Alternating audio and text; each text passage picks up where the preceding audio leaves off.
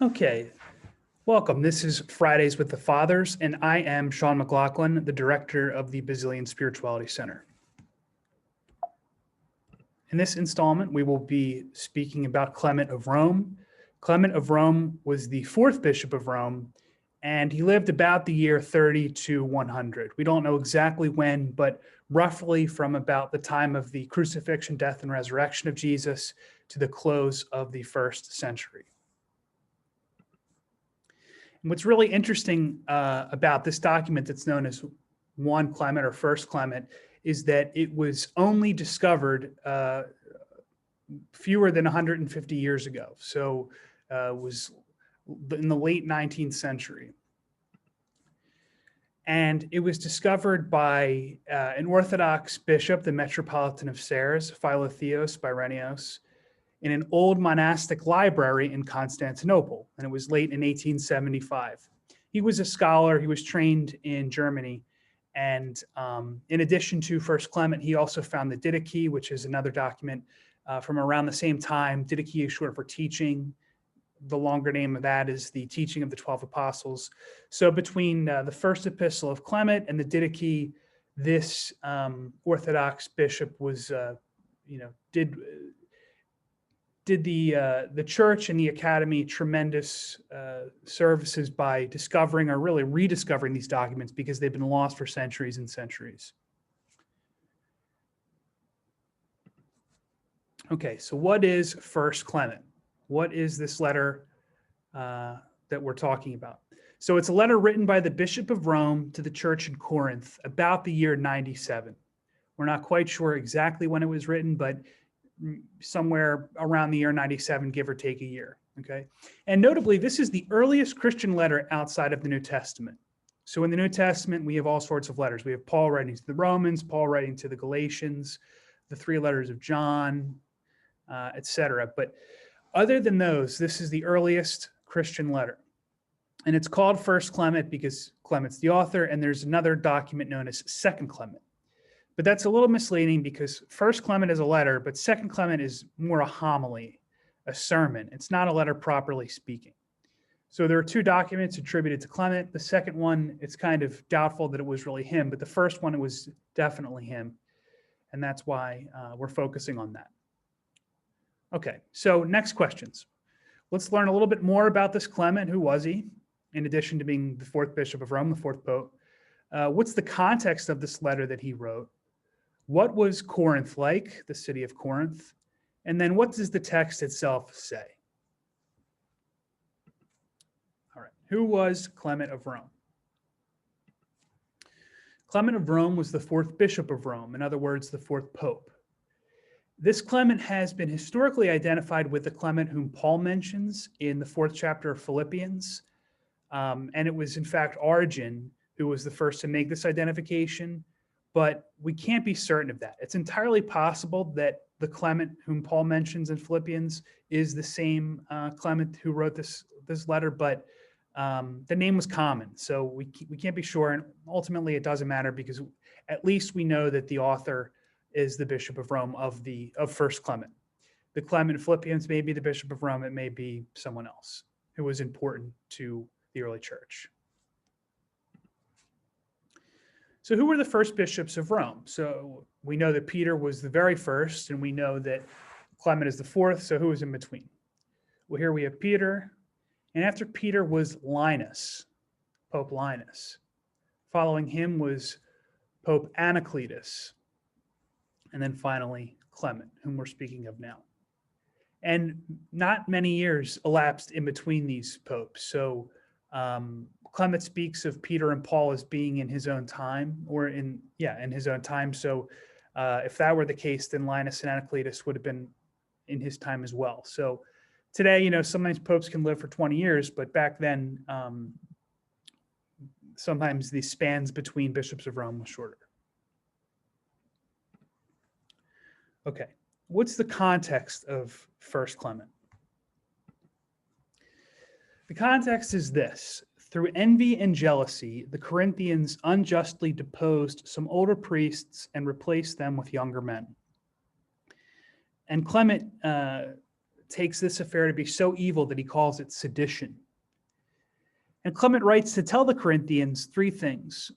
First, that they should reinstate the deposed presbyters or priests. Second, that those responsible for this sedition should repent. And third, that Rome is sending envoys to enjoin peace. And actually, at the end of the letter, he lists these men whom he's sending. It's Claudius, Ephebus, Valerius Bito, and Fortunatus. So he's sending these four guys to Corinth to facilitate peace. So this is a first century example of the Bishop of Rome's authority, his unique authority, what today we call papal authority. Okay, well, what was Corinth like? So here's Corinth. You can see it's in Greece, in the Mediterranean, so between what was then Asia Minor, what we now call Turkey, and Italy. And here's what Corinth looks like today. You can see there's some ancient ruins there. It's a beautiful scenic part of the Mediterranean. And Corinth was a commercial crossroads, a melting pot full of devotees of various pagan cults, and it was marked by a measure of moral depravity not unusual in a great seaport. That's how the Catholic Study Bible describes it. Paul himself founded the Christian community in Corinth about the year 51, and he had trouble with the Corinthians too, and that's why he had to write to them in the year 56 and in the year 57. So First Corinthians and Second Corinthians, Paul's writing to that community he founded about 5 years earlier to correct them, to, express his love for them and all sorts of things. But so the Christians in Corinth were sort of in trouble a lot, it seems, in the early church. Because, about 40 years after Paul's writing to them, they're out of line again, and this time the Bishop of Rome has to step in, which is how we get First Clement. All right, well, what does the text say? The text of First Clement explains that this letter is late because of the sudden and successive calamitous events which have happened. And here Clement is alluding to the persecution of the church by the Roman government under Emperor Domitian. And that's Domitian there on the right. Domitian lived from the year 51 to the year 96, and he was emperor for about 15 years from 81 until he was assassinated in 96. Persecution of the early church was periodic. It was not until about the 3rd century that there was widespread and enduring persecution. So it was in certain times and in certain places it would flare up, but it wasn't as broad as it later became. So this is one example of sort of a more focused persecution that the Christians of Rome suffered under Domitian. And it's possible that the book of Revelation, the final book of the New Testament, was written during Domitian's persecution of the church. That's what scriptural scholars have conjectured, because the timing seems to be right. And Revelation makes these coded allusions to the Roman government. So it very well may be that Revelation was being written around the time that First Clement is writing. Clement, technically a little bit after that persecution, so maybe in the year 97. Okay, more on the text. When Clement eventually turns to the sedition in Corinth, he cites jealousy and envy as the cause. Now, this is really remarkable because he links these vices to the martyrdoms of Peter and Paul. Okay, so he says that Peter and Paul were killed because of jealousy and envy. And this makes good sense given the challenges faced by first century Roman Christians. So here we have Peter and Paul together in this painting by El Greco. And remarkably, Clement in his epistle, he describes Peter and Paul as being in our own generation. So Clement and his contemporaries, they're of the same era as Peter and Paul. So they go back to the apostles. And Peter and Paul, of course, were martyred in Rome during Nero's persecution of Christians. So this was earlier than Domitian. Nero lived from 37 to 68, and he was emperor for about 14 years, from 54 to 68. So under the Neronian persecution, Peter and Paul were martyred. Later on, under Domitian's persecution, there were other martyrs. And it's shortly after that that Clement is writing. In chapter 27, Clement references the issues Paul had to address in Corinth some 40 years before. He says in his own letter, "Take up the epistle of the blessed apostle Paul. What did he write to you at the time when the gospel first began to be preached?" He's reminding them that, look, this isn't the first time that you're stepping out of line. Go back and read what Paul wrote to you 40 years ago. And Clement continues in his letter that it's disgraceful and unworthy of your Christian profession that such a thing should be heard of as that the most steadfast and ancient church of the Corinthians should, on account of one or two persons, engage in sedition against its presbyters. And this rumor has reached not only us, but those also who are unconnected with us. So he's saying, he's chastising the Corinthians, and he's saying that, you are a reliable and ancient community. It's funny, he's calling them ancient. They're only 40 years old, but in the early church, they were ancient because they were founded by Paul. That this, wonderful community founded by Paul with this great reputation has ruined its reputation because one or two people, fomented this dissent and ultimately this sedition.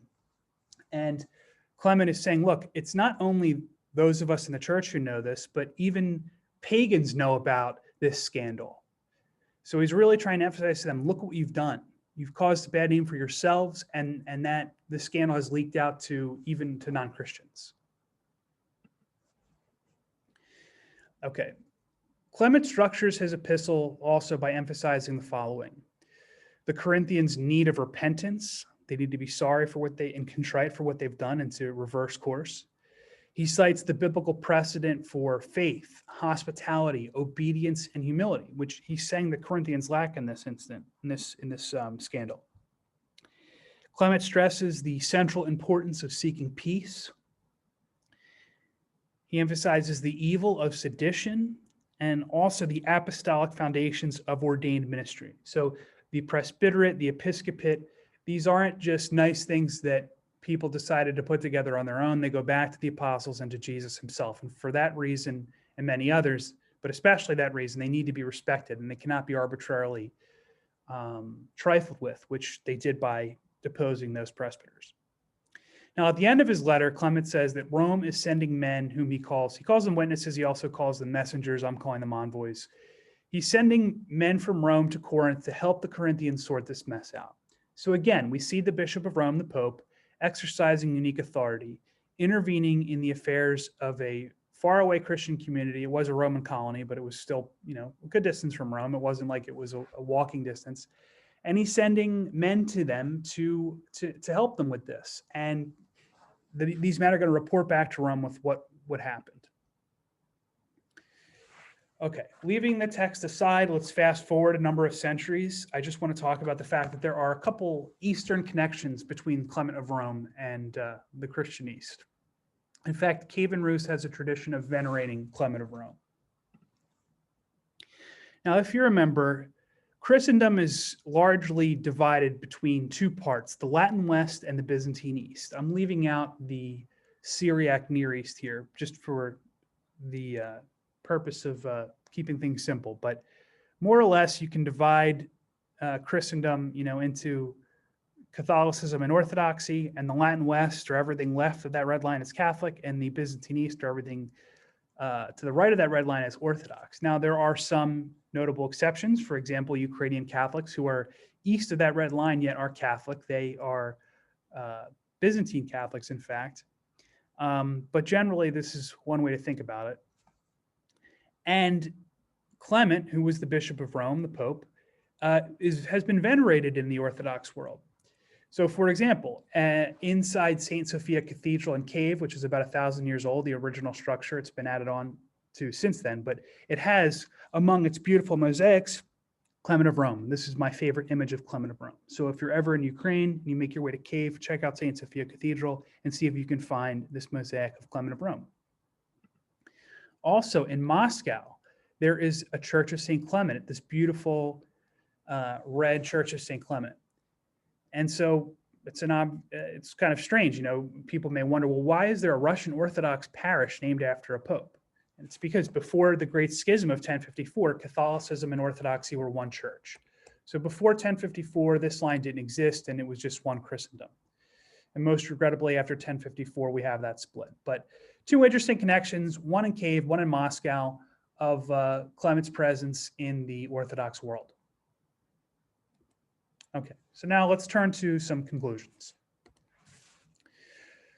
Just to recapitulate, First Clement was discovered by an Orthodox bishop in 1875 after it had been lost for centuries. He also discovered the Didache, which is the short name for the document called the Teachings of the 12 Apostles.